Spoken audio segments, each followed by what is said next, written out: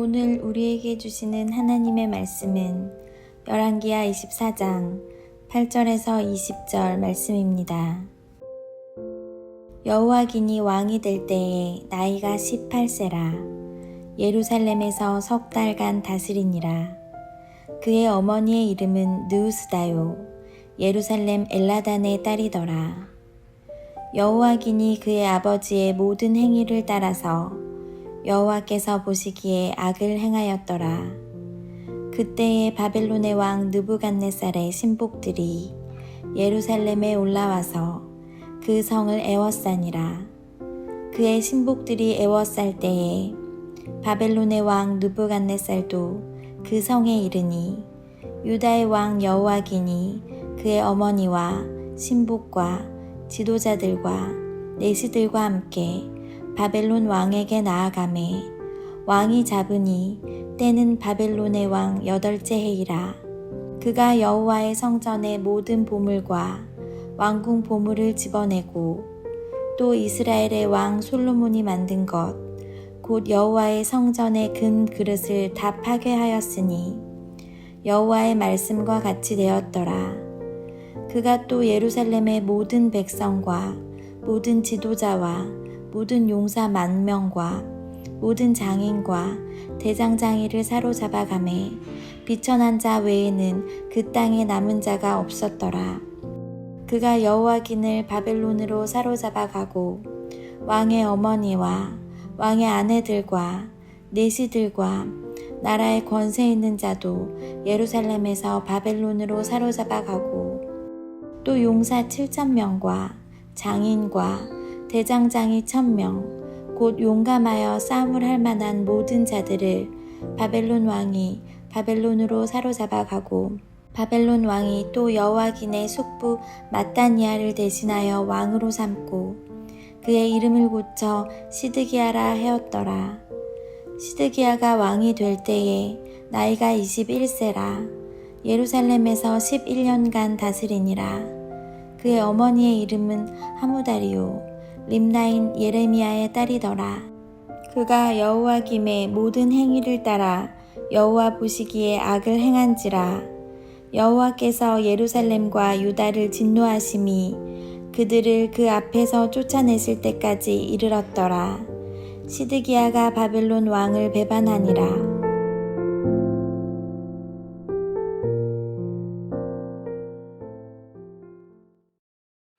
종교개혁을 성공적으로 이룬 유다의 16대 왕인 요시야는 말년에 애굽과 무기또에서 전투를 벌이다 죽었습니다. 이것은 하나님의 뜻이 아니었기 때문에 안타까운 죽음입니다.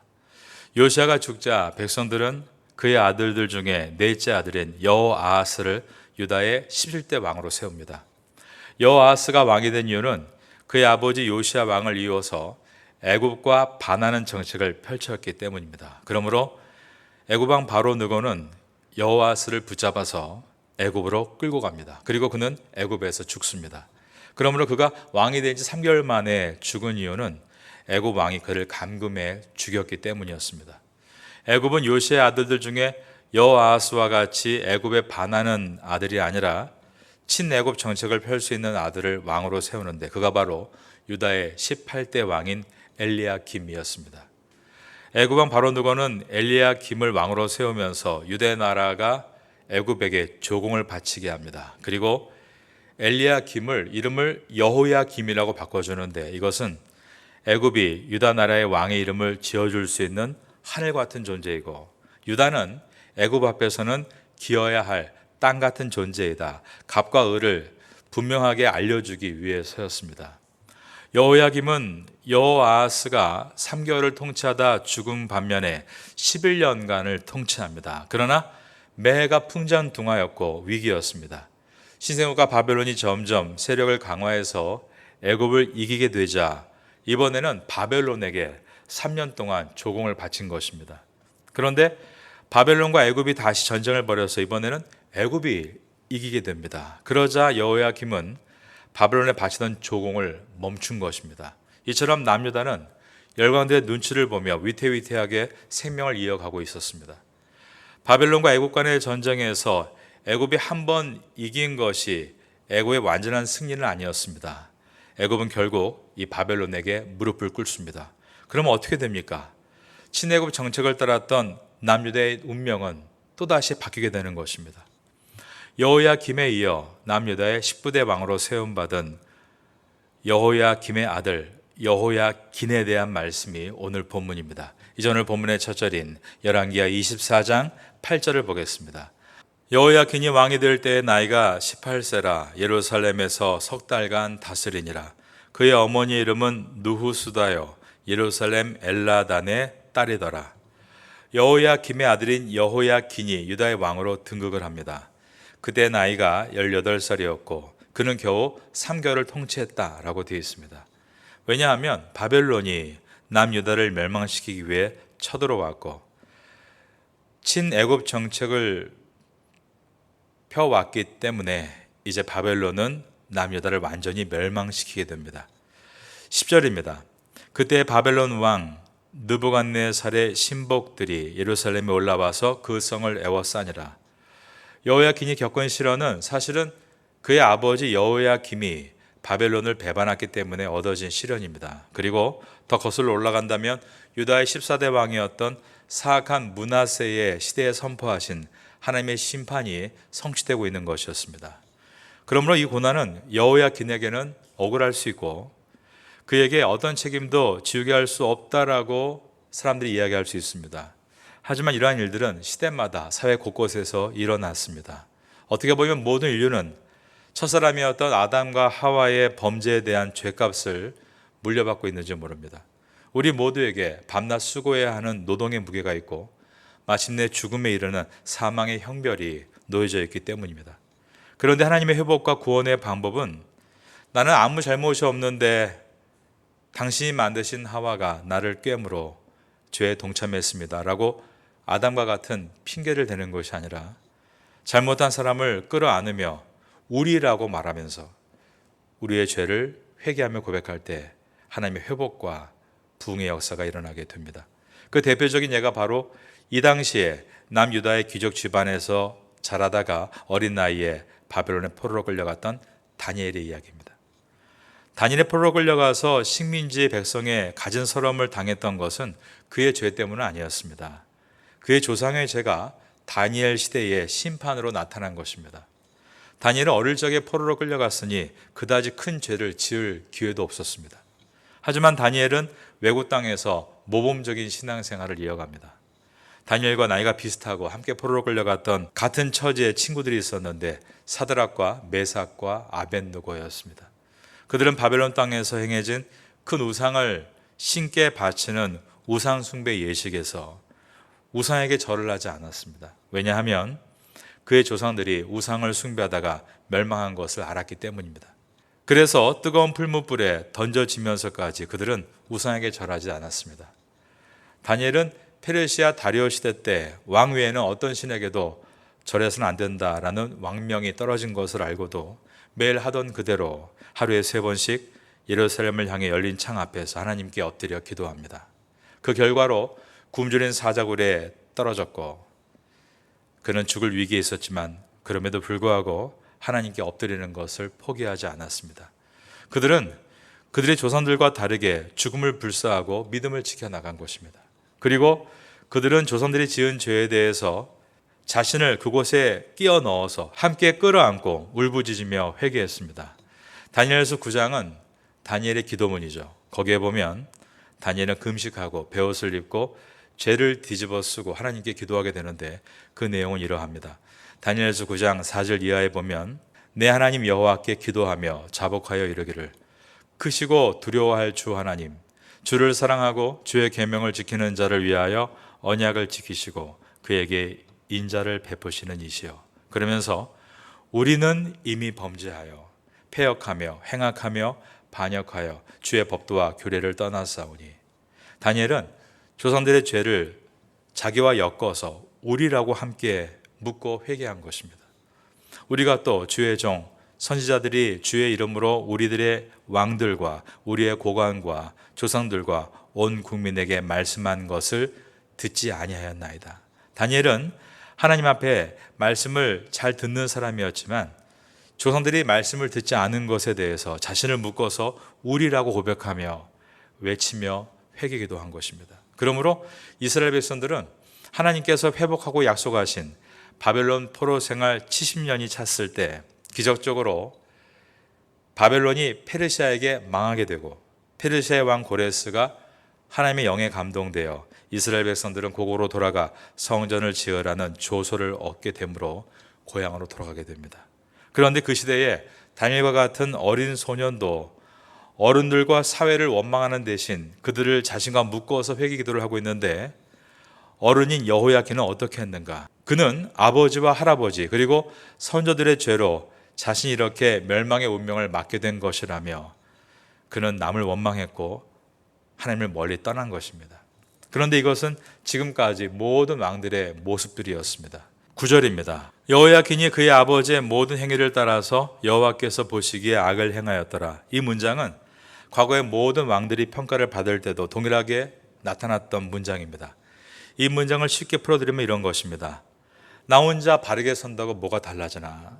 내 조상이 저지른 잘못 때문에 내가 이런 고통을 당하는 것이 억울하다. 그러므로 나도 내 마음대로 살겠다. 하나님은 오늘도 누군가가 우리의 잘못입니다. 자신의 잘못하지 않은 것, 즉 내 안에 형제가 잘못한 것과 내가 속한 단체가 잘못한 것과 내가 서 있는 사회가 잘못한 것에 대해서 거기에 자신을 포함시켜서 끌어안고 회개하는 한 사람을 찾고 계십니다. 그리고 그런 사람을 통해서 하나님은 그 땅을 회복시켜 주시는 것입니다. 하지만 사람들이 보통 어떻게 합니까? 온통 타인의 잘못을 비난하고 사회의 문제를 이슈화하고 비판하는 일에 익숙해져 간다면, 그리고 우리 기독교인들까지 그런 풍조에 동화되어 세상을 쉽게 비판하고 세상을 위해 회개하는 일이 멀어진다면 그 사회는 희망이 없는 것입니다. 오늘 본문이 기록될 당시의 역사는 바벨론이 군동의 패권을 잡고 있었습니다. 그리고 애굽은 더 이상 군대를 일으켜 바벨론과 대항할 수 없는 지경이었습니다. 그래서 친애굽의 정책을 폈던 남유다가 줄을 잘못 써서 바벨론에 의해서 멸망을 당했다라는 것이 세상 역사의 관점입니다. 하지만 성경은 그렇게 말씀하지 않는 것입니다. 이것은 정치적인 문제가 아니라 하나님의 백성이 온전하게 서 있지 못함으로 일어난 신앙적인 문제라고 말씀하는 것입니다. 13절에 보면 이 모든 멸망의 내용이 여호와의 말씀과 같이 되었더라라고 되어 있습니다. 여러분, 과거 히스기야 시대 때 왕과 백성들이 하나님 앞에 바로 서려고 할 때 그 당시에 근동의 패권을 쥐고 있었던 아수르는 남유다를 넘보지 못했습니다. 갑자기 애굽을 중심으로 10개의 작은 나라들이 불일듯 일어나서 아수르와 격돌하게 되므로 아수르는 남유다를 코앞까지 와놓고도 회군해야 했던 것입니다. 하지만 여호야킨 그리고 유다의 마지막 왕이 되는 시드기야 시대 때 왕들은 하나님 앞에 바로 서려고 하지 않았습니다. 9절에 여호야킨이 그의 아버지의 모든 행위를 따라서 여호와께서 보시기에 악을 행했다라고 되어 있고 19절에 유다의 마지막 왕인 시드기야도 전 왕들의 모습을 그대로 따라하며 하나님 보시기에 악을 행했다라고 되어 있습니다. 만일 유다의 왕들과 백성들이 이때 하나님 앞에 바르게 서려는 개혁을 다시 시작했다면 하나님은 언제나 그러셨듯이 아무리 강한 세력으로 등장한 바벨론이라 할지라도 애국과 아수르와 함께 힘의 균형을 이루게 하시며 그 시대에 또 다른 새로운 희망과 비전의 길을 열어주셨을 것입니다. 그러므로 중요한 것은 그 시대마다 믿는 성도들이 어떤 자세로 서서 삶을 살아내는가가 중요합니다.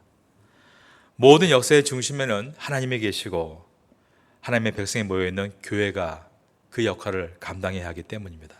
교회가 바로 설 때 그 교회가 속해 있는 사회가 바로 서게 되고 교회가 무너지면 그 사회도 망하는 것입니다. 의인이 10명만 있어도 소돔은 멸망하지 않았습니다.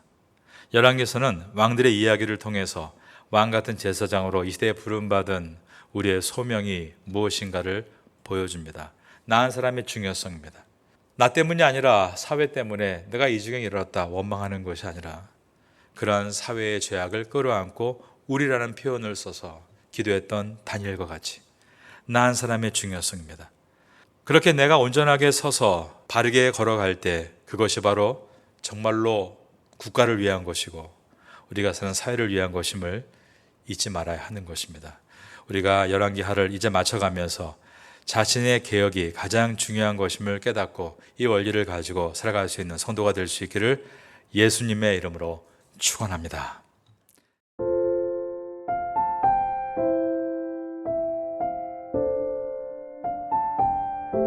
지금은 함께 기도하는 시간입니다. 8월의 공동 기도 제목은 첫째, 하반기에 새롭게 시작하는 각 교구 구역 예배를 위하여 기도합니다. 둘째, 하반기 새롭게 시작하는 한인 교회 학교와 태국인 교회 학교를 위하여 기도합니다. 셋째, 하반기 새롭게 시작하는 주간 장애인 보호센터와 농아인 교회를 위해 기도합니다. 넷째, 각 사역팀마다 귀한 일꾼들이 자원하도록 기도합니다. 말씀을 붙잡고 기도하는 귀한 시간 되시기를 소망합니다.